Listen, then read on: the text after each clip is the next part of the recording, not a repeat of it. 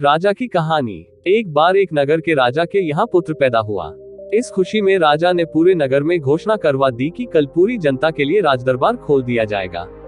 जो व्यक्ति सुबह आकर सबसे पहले जिस चीज को हाथ लगाएगा वो उसी की हो जाएगी। पूरे राज्य में खुशी का माहौल छा गया। सारे लोग खुशी से फूले ना समा रहे थे।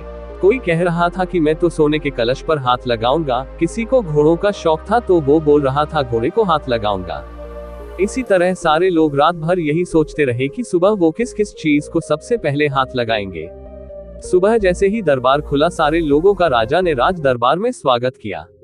जैसे ही सबको अंदर आने का आमंत्रण दिया, सभी लोग राजमहल में रखी कीमती चीजों पर झपट पड़े। सबके मन में डर था कि कोई दूसरा पहले आके उनकी पसंदीदा चीजों को हाथ ना लगा दे। कुछ ही देर में दरबार का माहौल बड़ा अजीब हो गया। सारे लोग इधर उधर दौड़ रहे थे।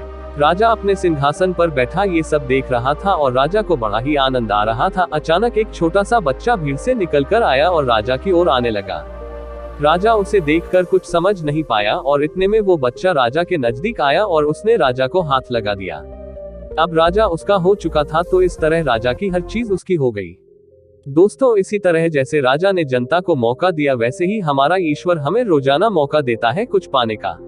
लेकिन हम नादान हैं और ईश्वर की बनाई हुई चीजों को पाने में अपनी पूरी शक्ति लगा देते हैं। किसी को गाड़ी चाहिए तो किसी को बंगला, किसी को पैसा तो किसी को शान शौकत। रोज भगवान से प्रार्थना में भी भगवान की ही चीजें मांगते हैं। जो लोग सत्य को जान लेते हैं वो भगवान की चीजें नहीं बल्कि भगवान को ही प्राप्त करने की कोशिश करते हैं।